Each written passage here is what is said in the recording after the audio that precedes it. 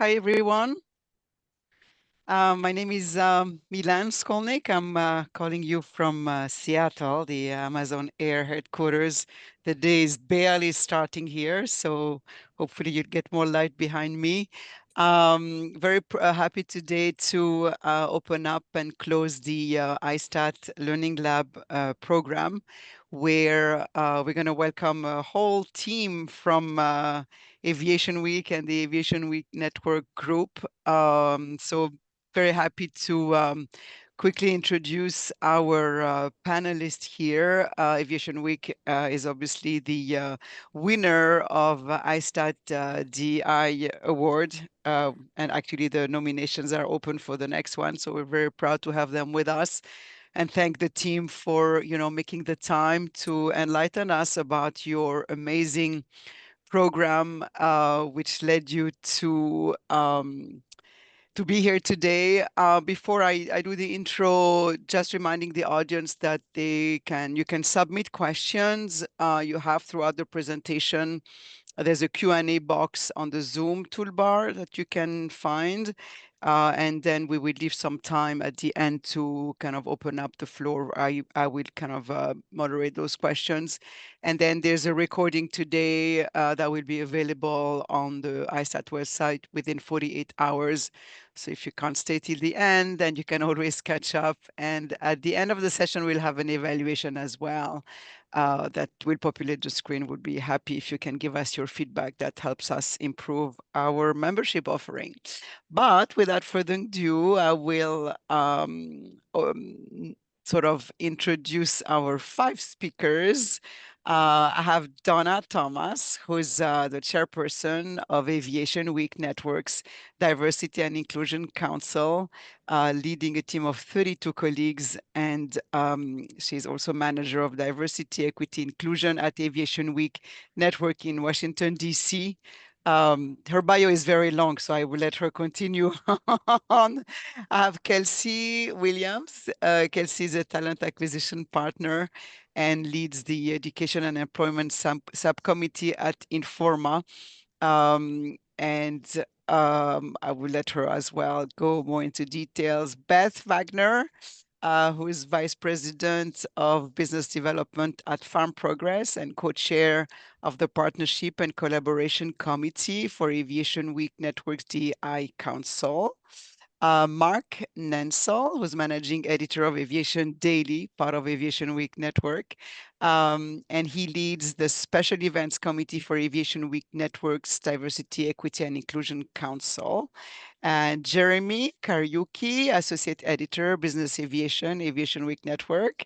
And he's obviously a very dedicated member of the Communications Committee for Aviation Week's Network Diversity and Inclusion Council. So thank you all. I mean, we have a whole team here, which is really exciting, and can't wait to hear your presentation. I'll pass it on to you, Donna, I guess, to start it off, kick it off, and then run the show with your colleagues. But thank you again, Aviation Week. This is very exciting. Thank you, Milan. And hello, everyone. Before I begin, I want to say thank you to ISTAT for hosting this webinar. We are excited to have this opportunity today, and we appreciate ISTAT for giving us this platform. Welcome to Aviation Week Network's Diversity and Inclusion Council's webinar. We are here today to share and highlight our DE&I initiatives and the achievements we've made in 2024. My name is Donna Thomas, and I am the manager of the DE&I at Aviation Week Network and chairperson of our DE&I Council. Not yet, Kelsey. We've been a long-standing member of ISTAT for over a decade, and we are extremely proud to have received ISTAT's 2024 DE&I Award for our team's dedication to promoting and integrating diversity, equity, and inclusion within our business division and the wider aviation industry. And we are very, very happy to have been chosen or featured in the winter 2024 edition of Jet Trader magazine. I can't tell you how much being recognized and respected by our peers in the aviation industry means to us. From our successful internship initiatives to our DEI content platforms to our partnerships and special speaker series, where we get anywhere from 150 to 250 attendees.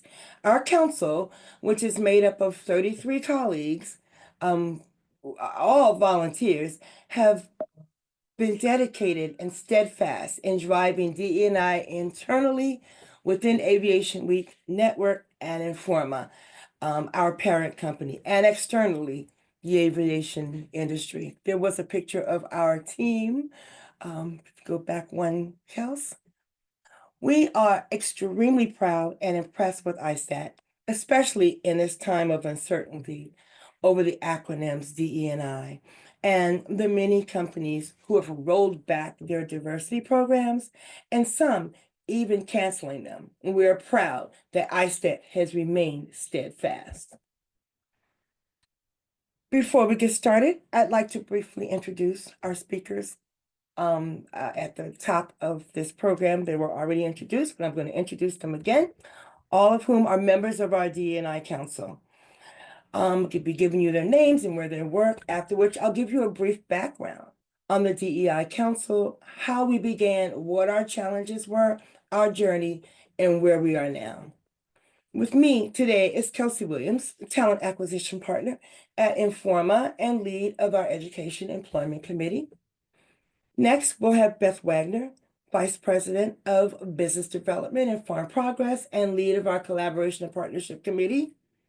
Next, we'll have Mark Nentzel, Managing Editor of Aviation Daily and lead of our Special Events Committee, and Jeremy Karaoke, Associate Editor of Business Aviation and member of the Communications Committee. We have allotted time at the end of the session for Q&A, so please put your questions in chat. ISTAT will be monitoring that chat, and if at the end we run out of time and you still have questions, please reach out to us directly or through ISTAT, and we will be happy to answer them via email. And lastly, I want to thank our panelists in advance for being with us today. I appreciate your time and dedication to this project and to ISTAT for managing our technology and monitoring the questions for us today. Next slide. A little background. Our DEI Council has its origins dating back to July 2020, right after the George Floyd murder and in the middle of the Black Lives Matter protests in the US. Seeing all the unrest, several of my colleagues asked me, Donna, what's going on? The police and those who watched the George Floyd killing have all been arrested. Why are the protesters, still protesting? And my answer to my colleagues was simple. This is not about George Floyd. This was bigger than him. This incident was one of hundreds.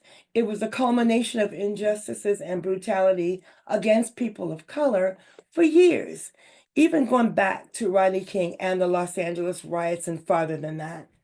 The George Floyd incident was a straw that broke the camel's back. I discovered then my white colleagues really didn't quite understand. I also knew in order to have change, they must understand.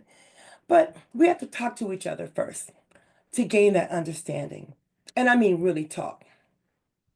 Thank you, Kelsey. So when the president of Aviation Week called me and asked, what can we do to help? I was elated. It was decided early on. We didn't want to simply write a check. We wanted to do something sustainable, something that will last for years, something that could be embedded in Aviation Week Network's DNA. And that was our aha moment.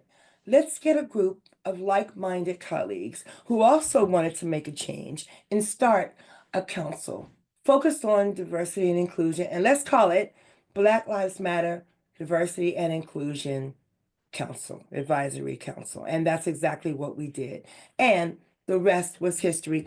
Thank you for that slide, Kelsey. You can stop it now. Our first challenge was to find our colleagues of color, to recruit them and others to get the ball rolling.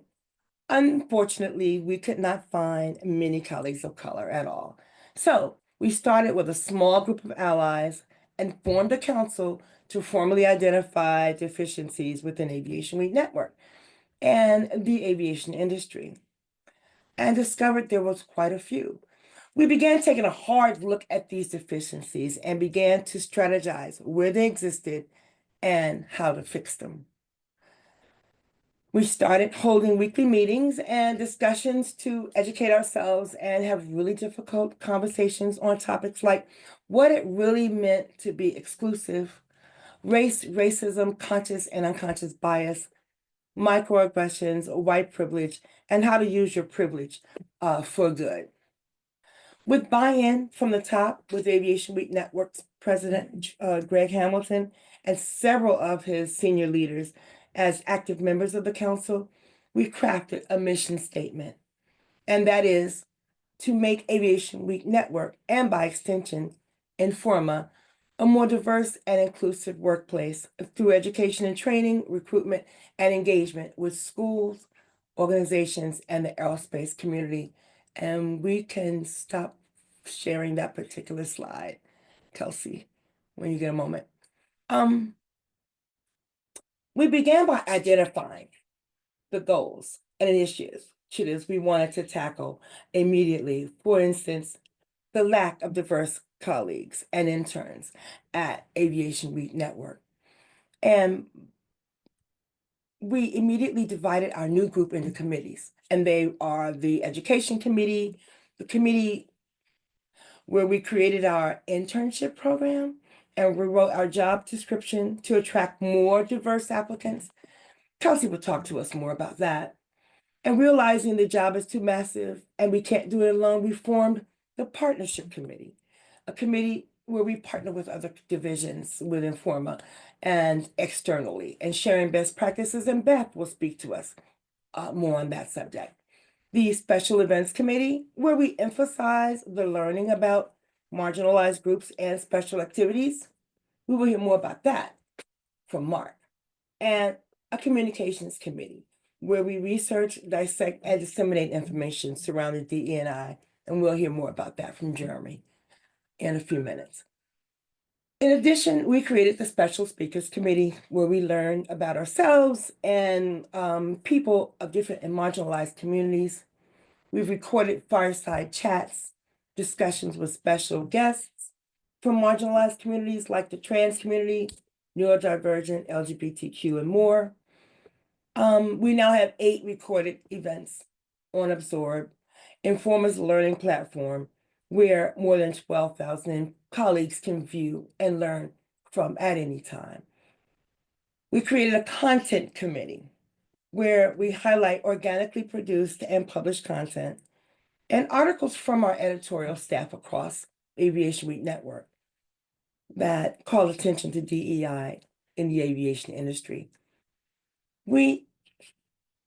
To solidify our commitment and to making diversity, equity, and inclusion standard operating procedure, and to keep DE&I in everyone's minds, we crafted a set of DE&I focused goals that are cascaded down from the top via a point system.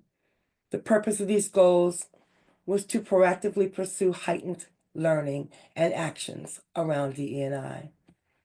An example of these goals is hiring managers to work with Informa HR and recruiters to get a diverse pool of talent when hiring new employees.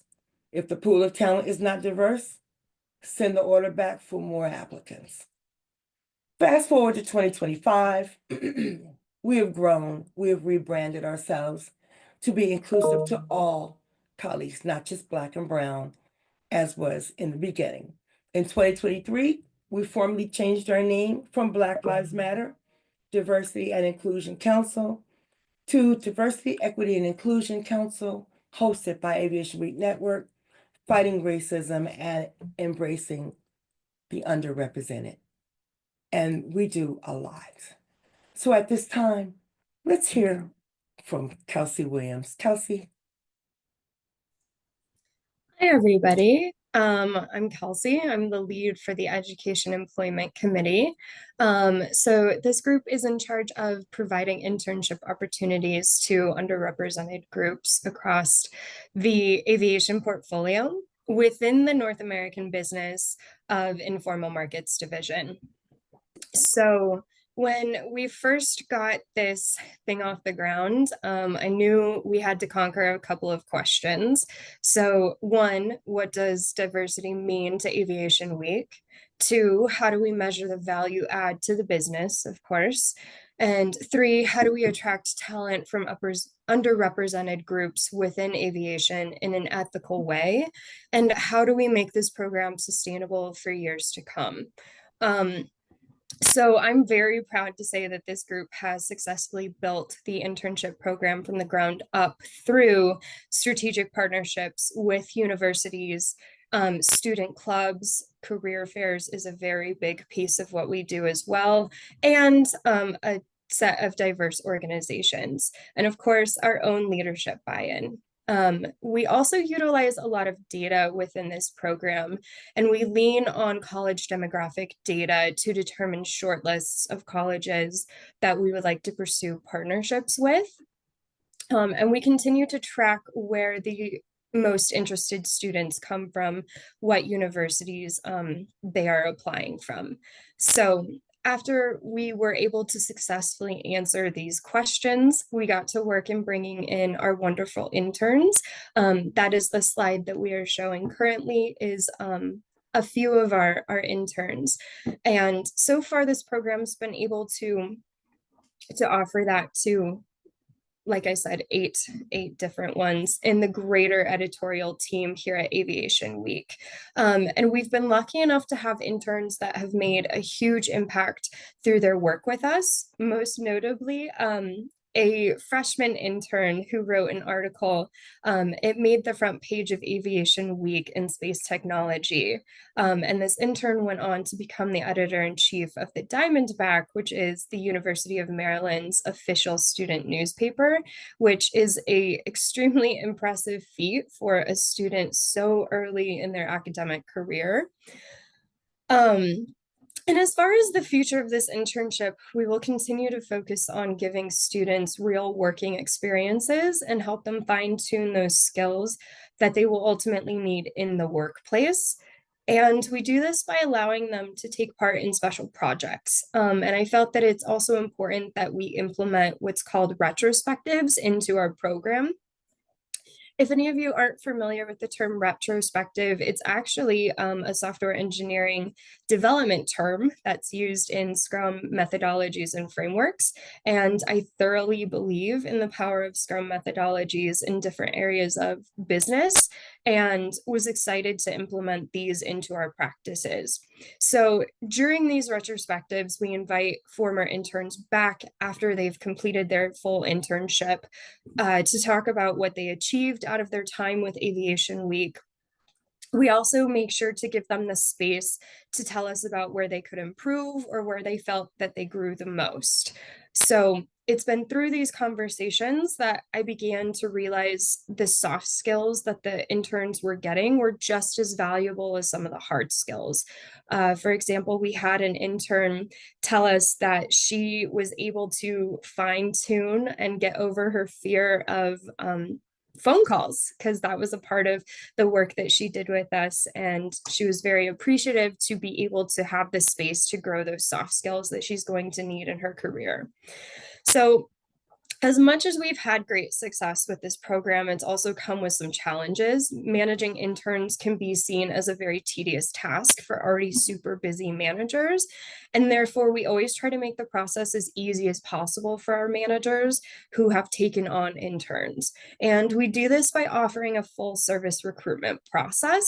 This is where it's nice to have some expertise on my side in the talent acquisition part of the business. Through this, we can streamline the hiring process for managers and make them feel more at ease about the responsibility to manage an intern. The last key takeaway for a successful internship program that I think is important to highlight is to stay flexible. I think a lot of organizations think that they have to have millions in budget or even tens of thousands in budget to produce a heavy hitting internship program. And we've proven that that's not the case. It can be done with a mild budget and a team that sees the value in it. So our future plans involve expanding our program outside of the New York and DC area, and we're really excited to expand it into the Kansas City area as well. And we are planning to open it up to business majors along with students who are interested in sales and data. So we can kick it over to Beth. Hello, everyone. Thank you so much for having me. I'm excited to be here along with the team. I am a co-chair along with my buddy Eric Braun, who works with me on the Collaboration and Partnership Committee. So what we do is we develop partnerships with industry associations, companies, and educational institutions. We try to work with other DE&I councils within the aviation and agriculture sectors, where we can share best practices, collaborate, and develop new initiatives together. We also want to bring diverse communities together at our events, which are in person, as well as to create a program for underrepresented students where they could attend our events. This in particular is really important to me, and I'd love to share with you guys. It wasn't successful our first time out, but we're going to do it again. And this is our underrepresented student initiative. So we were going to bring a group of students from a university in Iowa to Farm Progress, which is one of the largest agriculture shows in the United States.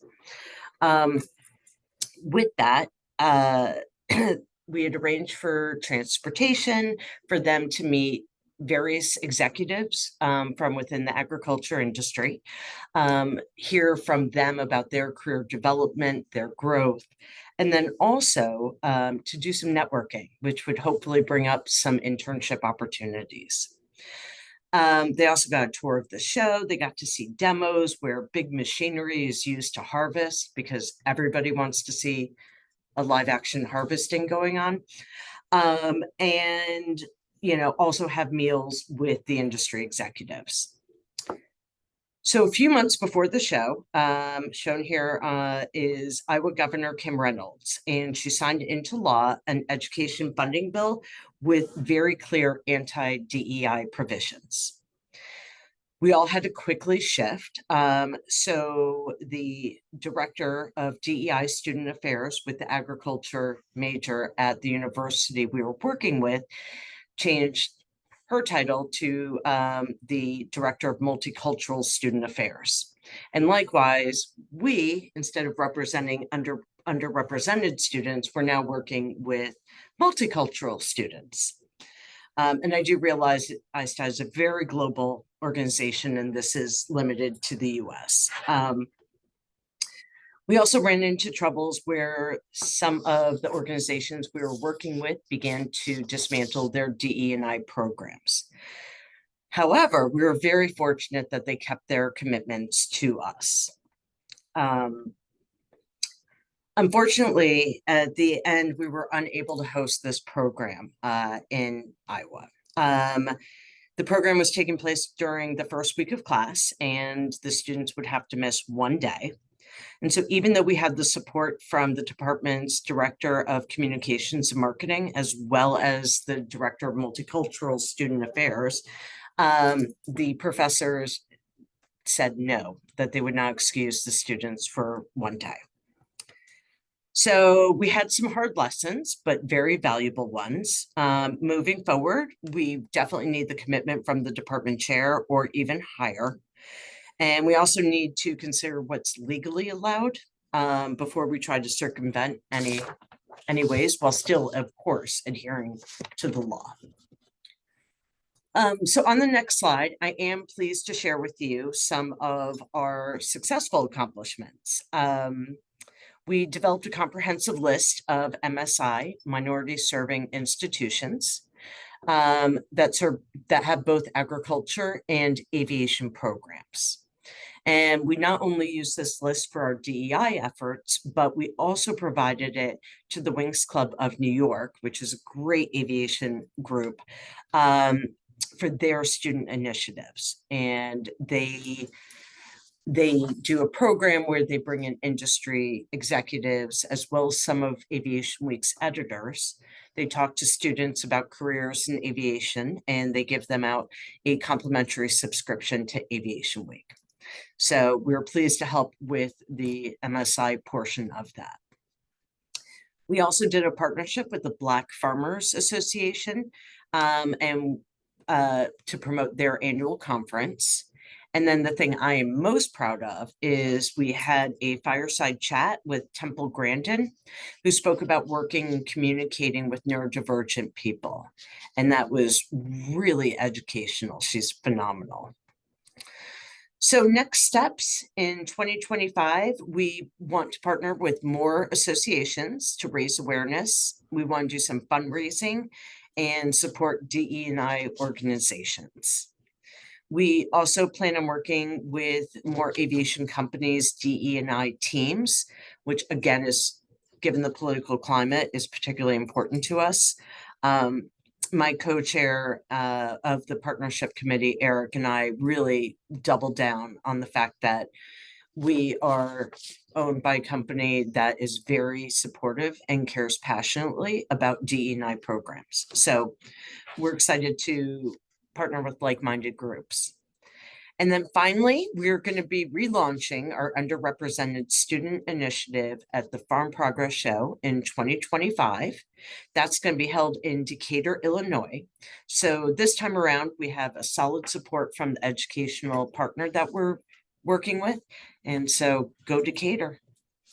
All right, on to you, Mark.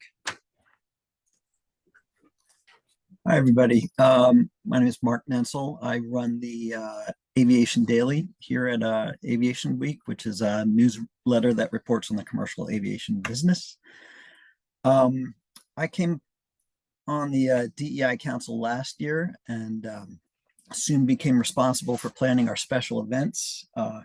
In essence, our field trips here in the Washington, D.C. area that coincide with the DEI Council's particular focus for a given time period. There are several things we try to accomplish with each of our special field trip events. Largely, it is to create an opportunity for us and our colleagues to have a tangible exposure to the topic of the month, something that allows a hands-on, face-to-face, real-life connection. We aim to have an experience that is provocative, that educates, that inspires reflection and self-awareness, and most importantly, enables empathy for what others have experienced as related to the topic of the month and the place that we're visiting on our field trip. And perhaps the most important goal of each visit is for us to gather afterward and discuss what we've just seen and learned about the topic and how it has made us feel and how it has possibly changed the way we feel. The goal is to discuss these things openly with each other in our group to better understand the topic and to better understand each other. How we do this, number one, of course, is to set the schedule for the next several months as it relates to what the DEI Council agrees to focus on for each 2-month period. As we have all seen in recent years, almost every day, week, and month is commemorated by someone, somewhere as National this or that day month. Some of which have become federal holidays, of course, such as Juneteenth. Most have become traditional designated commemorations and are noted surprisingly consistently by whatever presidential administration is in power. Many are also United Nations recognized international observances. Now, these are pretty easy to find, basically by typing commemorative events in March in a search engine and then researching what comes up. So, like thus for January, we may have a focus on the Holocaust, as January 27 is Holocaust Remembrance Day, or we'll focus on Martin Luther King, whose birthday is January 15. In February, it is Black History Month, and we, in fact, will do our next field trip tomorrow, February 26th, to see an exhibit on the Green Book, which was the travel guide for people of color back in the days of segregation. We'll see that here in Washington.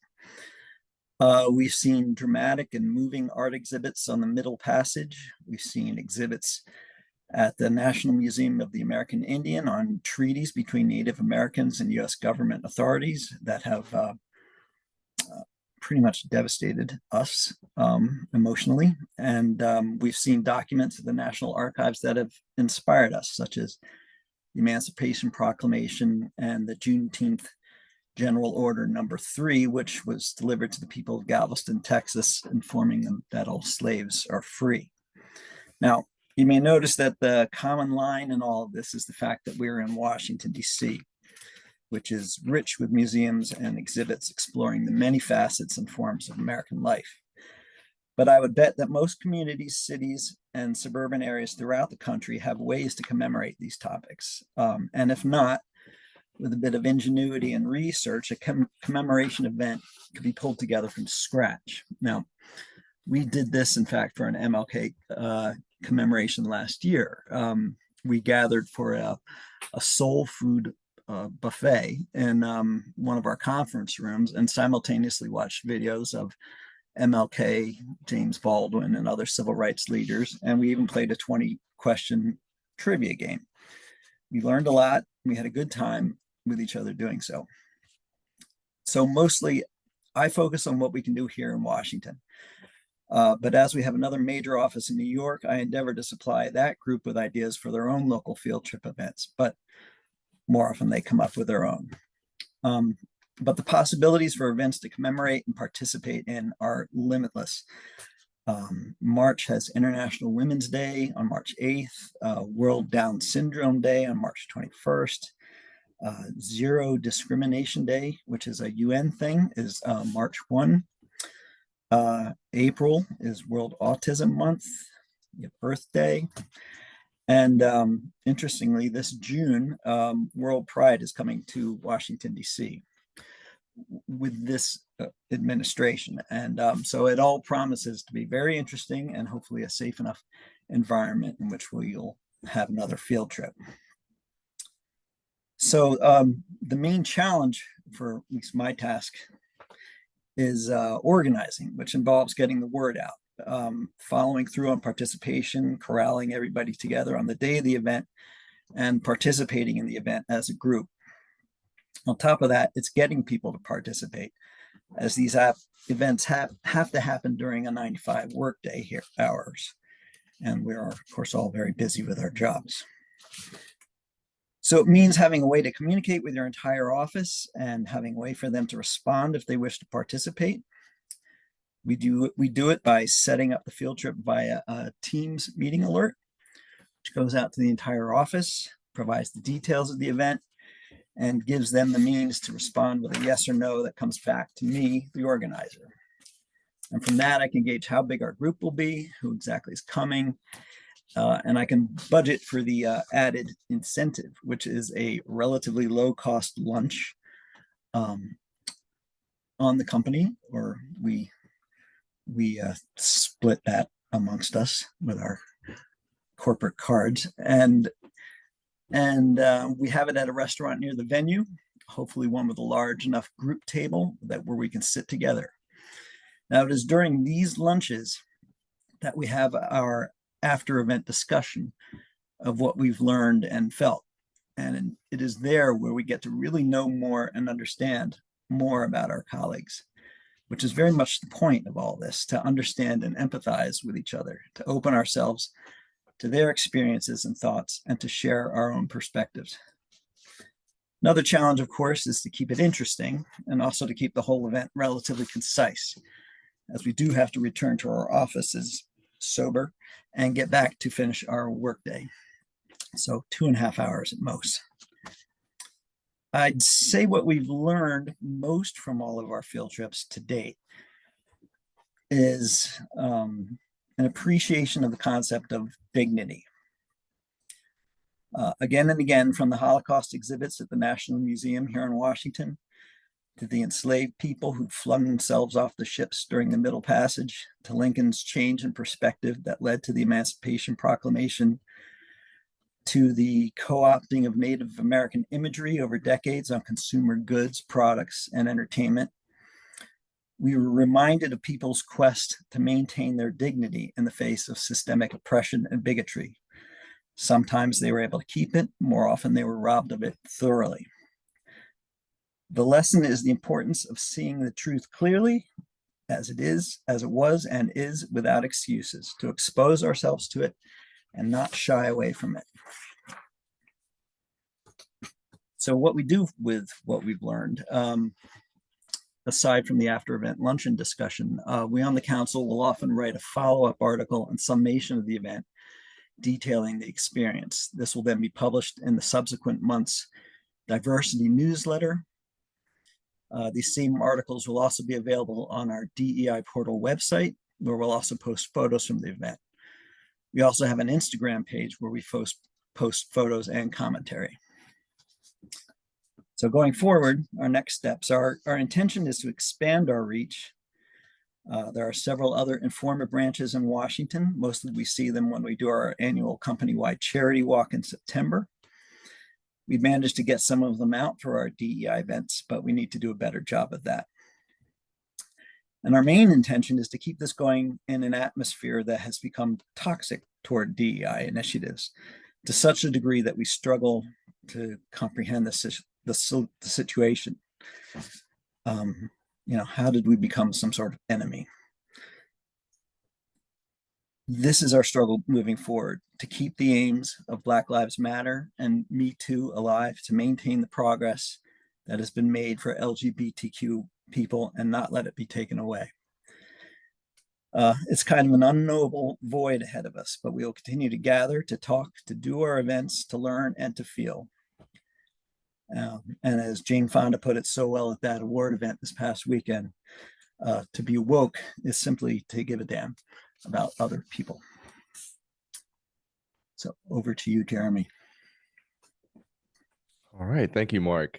Hi everyone. My name is Jeremy Karaoke. I'm a member of our council's communications committee. I joined Aviation Week Network originally back in 2023, and during my first week on the job, I met Donna, and I knew immediately that I had to be on her team and I had to help with this initiative because it's the good work that has to be done. But anyways, onto the communications committee. Our objective as a committee is to create awareness and to encourage individual action learning.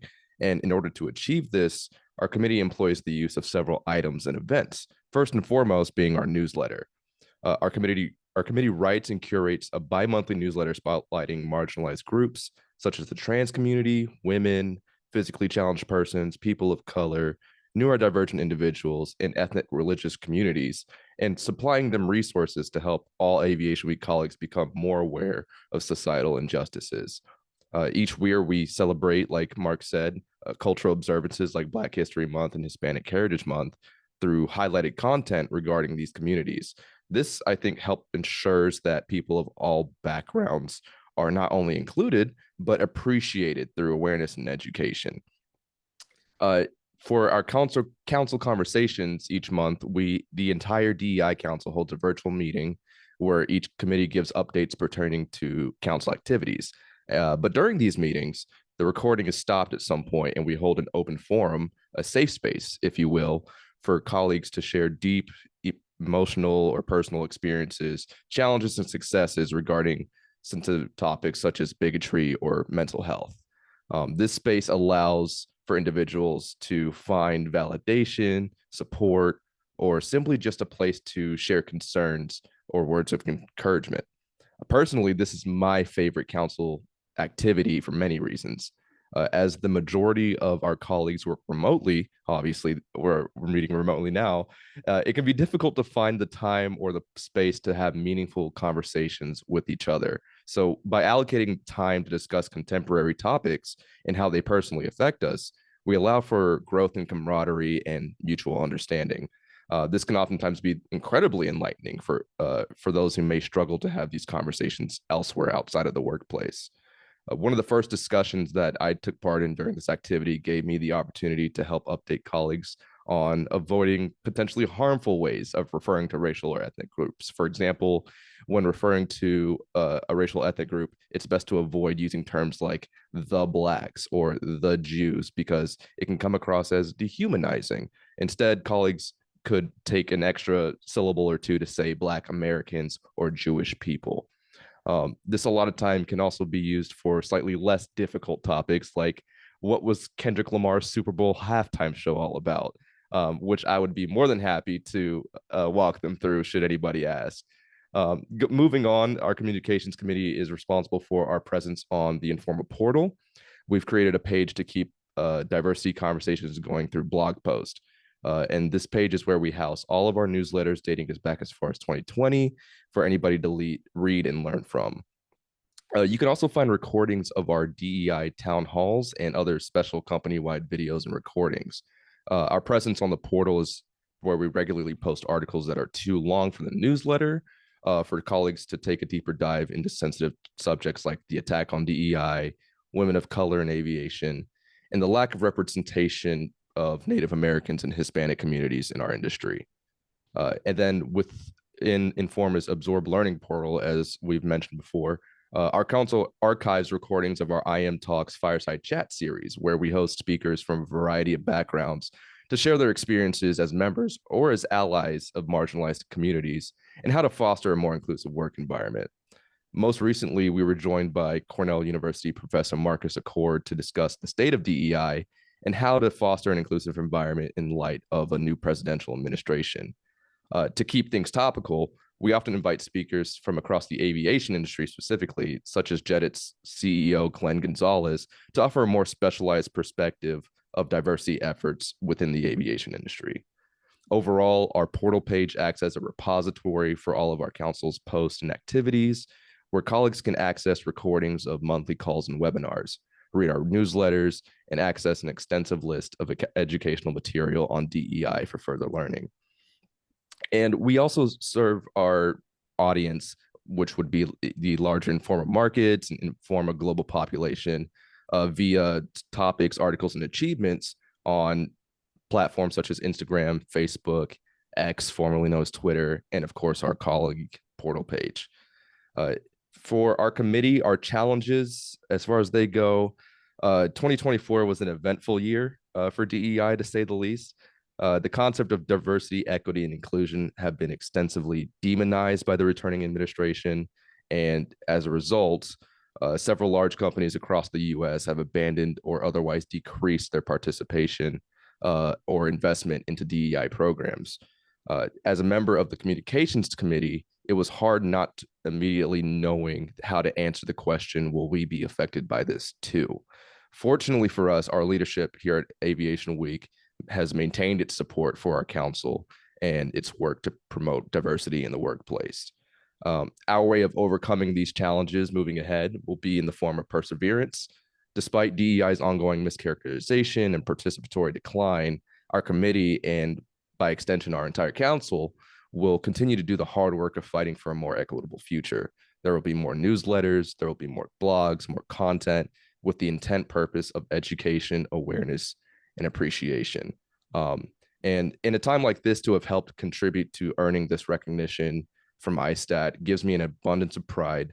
I wear this shared achievement as a badge of honor, and to be honored this way excites my colleagues and I because it means that we're doing something right. To conclude, I'd like to share a quote from the Reverend Dr. Martin Luther King, because I believe it's unfortunately a little bit contemporary. He said, "Federal, state, and municipal governments toy with meager and inadequate solutions while the alarm and militancy of the Negro rises. A section of the white population, perceiving Negro pressure for change, misconstrues it as a demand for privileges rather than a desperate quest for existence. The ensuing white backlash intimidates government officials who are already too timorous, and when the crisis demands vigorous measures, a paralysis ensues," end quote. In my personal opinion, this quote, while made within the context of the civil rights movement of the 1960s, can be extrapolated to include the plights of many marginalized groups in our communities. To paraphrase Dr. King, despite widespread political pushback on DEI, we must not ask for too little. Equality and fairness are rarely given willingly, but they are always duly earned. All this to say to everyone watching across our industry, the work continues and we will persevere. Back to you, Donna. Sorry, I'll just I mean, unless Donna, you want to conclude, but I want to thank you all for all of the incredible work that you are doing. And it's like really very deep, and no wonder you won the ISTAT DI award. It's like you're volunteering a lot of time for a lot of good. So thank you for that. And Jeremy, it's a good segue to the few of the questions we have posted, and I think Donna may have other questions for you after this, but I wanted to address it. Obviously, the question is about, current political climate is vilifying DEI as being diametrically opposed to meritocracy. The person who's asking the question is saying that they've seen social media posts complaining about ISTAT DEI award.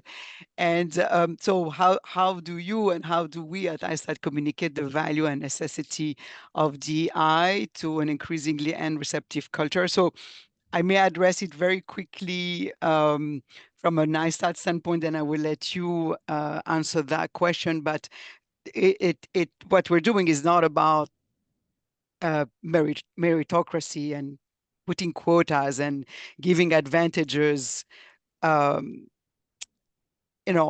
without any thought process. DI is recognizing talent that would otherwise not be recognized. It's about education, it's about awareness, it's about learning, and it's not just about people of color or women. It's also about veterans, it's about people with disabilities. So it's creating this learning and this awareness. So it goes way beyond it.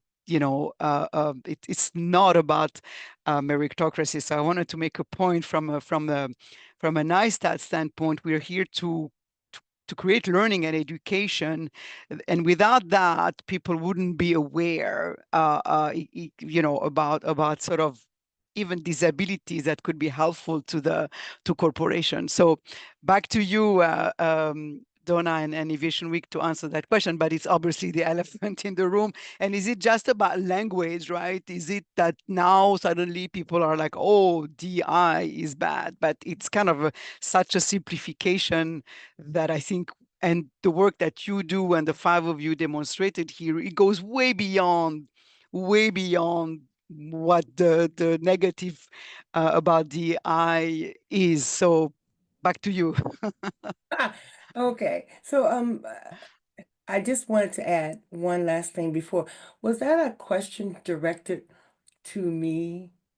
It's the question is directed to the learning lab, to all of us, to all of us.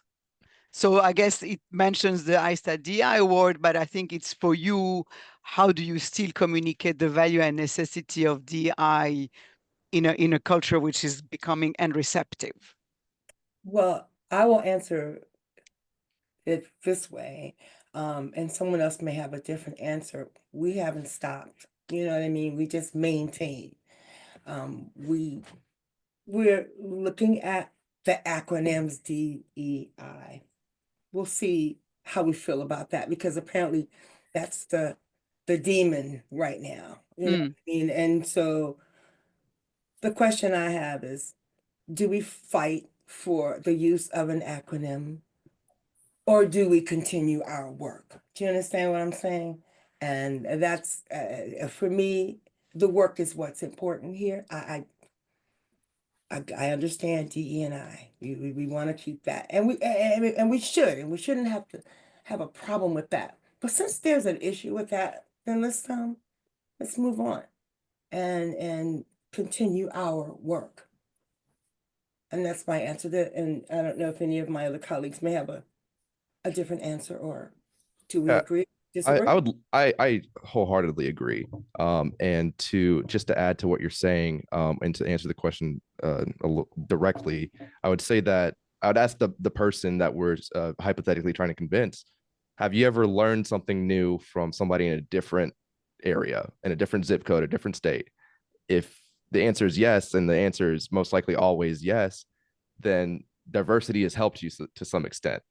And why wouldn't you want that in your workplace? Why wouldn't you want that as a strength for your organization? Uh, we have nothing but good things to gain from working together across cultural, religious, whatever kind of line you can draw. If you can reach over it, there's something to be gained. So if that helps them, if that gets to them, Godspeed. If it doesn't, our work doesn't change, our mission doesn't change. We're still going to be here, like Donna said. Exactly. Thank you. Um, Donna, I think you had maybe either final thoughts or questions to the rest of the team. as a matter of fact, I do, because how important is DE&I? Well, it must be important, especially within our company and Informa, because since our team's inception, we have won 3 first place Informa awards for DE&I and 1 runner-up for first place. And we've only been doing this for 4 years, so that's, and then, the most recently, the most coveted, well, not the most coveted, but the coveted ISTAT award. So, you know, we feel like we're doing something right. We've also hired 9 interns of color. We've had 8 recorded special speaker events in Absorb, Informa's learning platform. Where more than 12,000 colleagues can view, learn, and earn learning credits from. And our partnership with diversity.org has introduced more than 150 high school and college students to the aviation industry alone, which was really good. You know, it's just incredible. And we are so very proud of the achievements that we've made as a team. And at this time, I'm done with my final thoughts. Yeah, if we can take questions now, or if there's any other questions in chat. Not at this time. So don't know if you have other questions for the team. Otherwise, I had one for Kelsey in terms of the internship opportunities, which I think is super important, as obviously all the other work that everyone else is doing. But how do you go about it? Because it's probably pretty complex to go out to all the universities. How do you set up the communications with the universities and open up the internship opportunities? I was curious about that. Yeah, definitely. That's a really good question. So I think it comes back to a lot of data. We want to pursue opportunities with colleges that are like representing just a vast variety of students. And so we shortlist it based on demographic data from those colleges. And then what we do is the next step is to reach out to those career centers. Career centers in colleges are there to help their students connect with companies like ours. They help them connect with internship opportunities. So we work hand in hand with career centers, and that is where the strong partnership with these universities kind of start. And then they're able to give us information about any specific clubs or any opportunities that the university is putting on that is surrounded around the DE&I initiatives. Thank you. Mm-hmm.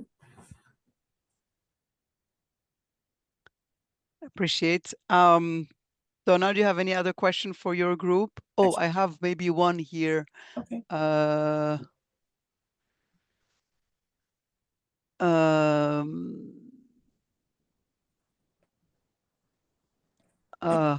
Maybe Donna, you go ahead. Let me try to digest the question. Okay. Sorry.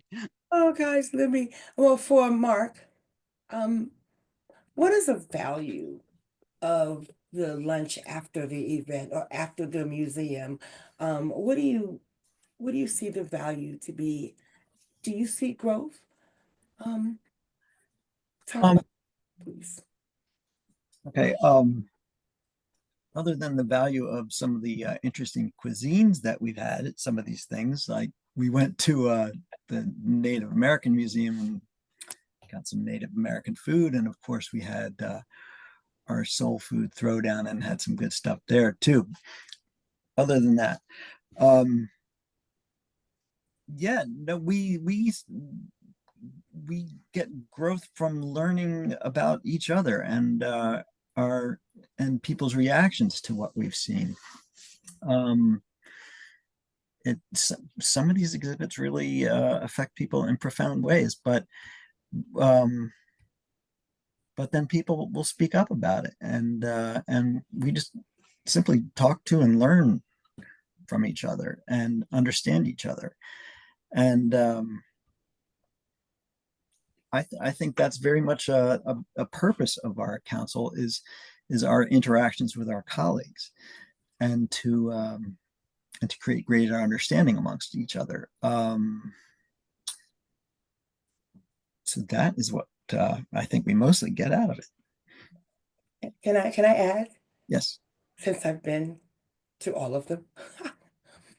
One thing I do notice is at these gatherings, right after we experience whatever we experience that happens to be that day, it's like a light bulb that comes on. You know what I mean? And we have these profound discussions on what we've seen. I see anger, some I've seen tears.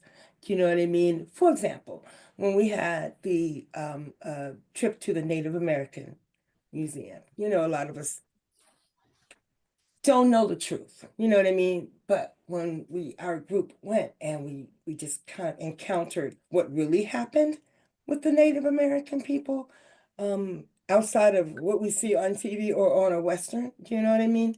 Mhm. Yeah, there were several in our group that were just livid.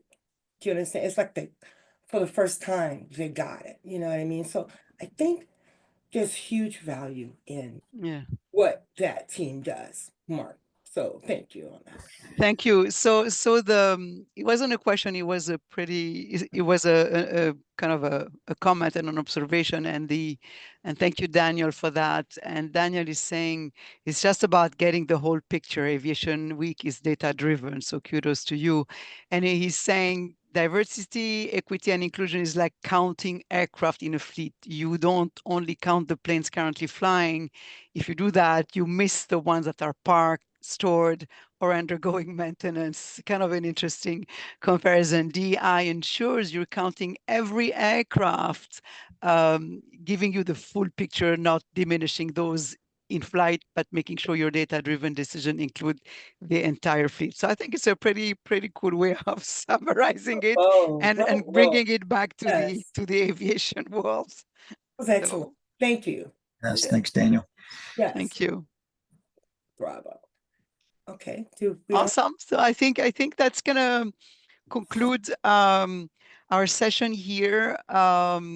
Really appreciate the five of you giving us details of your initiatives. It is, as I said, super impressive and very impactful for the industry and for all the groups you target. Again, education, learning, awareness, removing unconscious bias, those are like super important. Donna, I'll let you conclude and close the learning lab for us.